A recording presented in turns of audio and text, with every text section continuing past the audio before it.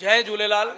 क्योंकि मुझे सिंधी होने पर बहुत गर्व है और मैं अपनी भाषा पर बहुत गर्व करता हूँ, इसीलिए ही मेरी फर्स्ट प्रायोरिटी होती है कि मैं सिंधी फिल्म ही करूँ। और सबसे पहले मैं थैंक यू नरेश सर को बोलना चाहूँगा, जो कि मुझे लगातार 3 सिंधी फिल्मों में ब्रेक दिया है, मुझे हैट्रिक का चांस दिया है। तो मैं उनको मेरा सिंधी फिल्मों का गुरु भी मानता हूँ। और अदरवाइज़ मेरे गुरु साबिर खान सर हैं, जो कि मैं राजस्थान से रहने वाला हूँ। और अब मैं इस मूवी के लिए, वरदान 2 के लिए कहूँगा कि इसमें एंटरटेनमेंट के साथ साथ शिक्षा भी मिल रही है।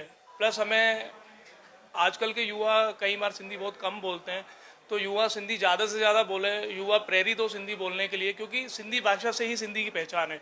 और इस मूवी के अंदर एक नारी का त्याग, तपस्या, बलिदान दिखाया गया है।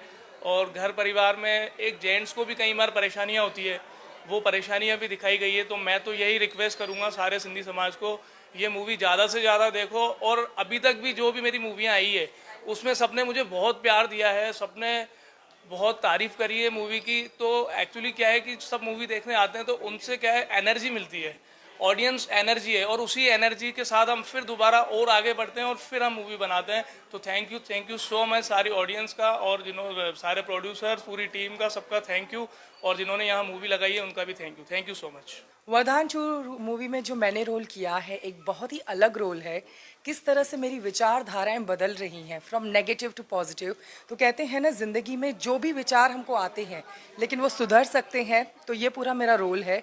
द मकसद of this movie is, the aim of this movie is कि ये समाज को एक मैसेज पहुंचाना है विमेन एम्पावरमेंट के बारे में, साथ ही साथ नारी शक्ति के बारे में, जैसे इन्होंने कहा बलिदान के बारे में। सो नरेश उदानी जी की जो ये सोच है सिंधी समाज में सिंधी भाषा को जिंदा रखने का, ये एक इनिशिएटिव जो है जिसकी वजह से वरदान 2 मूवी बनाई हुई है। नमस्ते।